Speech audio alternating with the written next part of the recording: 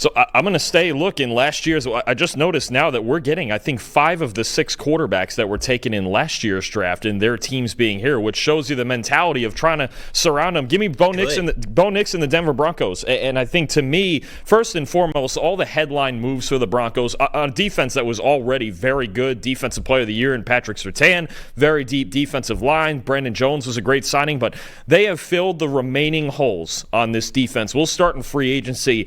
Dre Greenlaw. To me, their linebackers were by far the biggest weakness on this defense. Getting Dre Greenlaw in here and the money that they paid him, basically they believe he's healthy off the Achilles injury he suffered in the Super Bowl 2 years ago. But look, the 4th best coverage grade in the NFL at linebackers since he entered the league. The Broncos were 28th in coverage grade from their linebackers. Alex Singleton got hurt, and he's not a great coverage player anyway. You had guys like Justin Stranad struggle.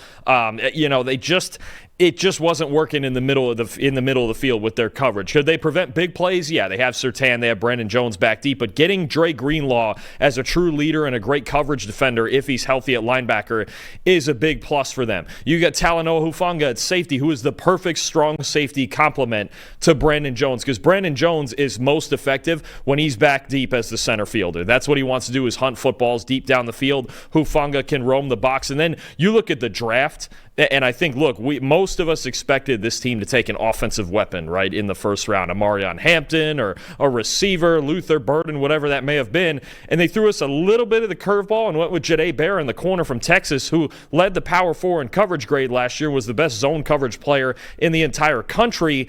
You look at what this does for the depth of their secondary.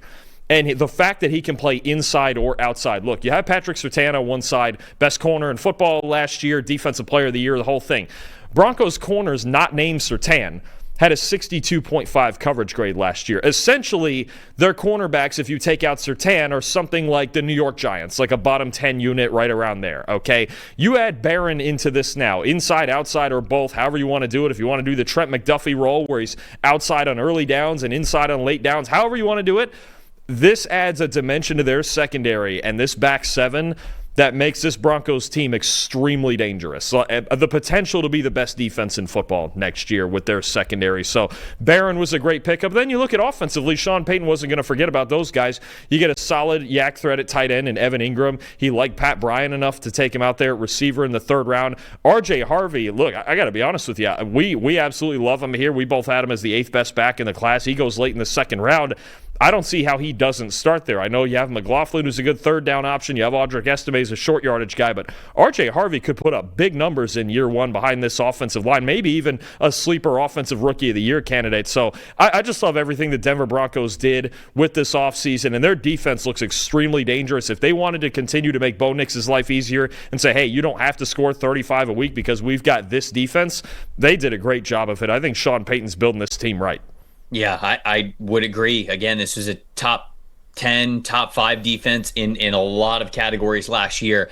They can genuinely be the best defense in the NFL. And I think sometimes when people look at this exercise, they go, okay, well, let's pick the teams that were bad, really bad last year, who like added a couple of good players. And obviously that's a way that you could do that. We've talked about, Carolina, we've talked about the New England Patriots, but I think a team, that was decently strong last year that only got even stronger is another way to go about this exercise. So I love that the Broncos are getting a shout out here.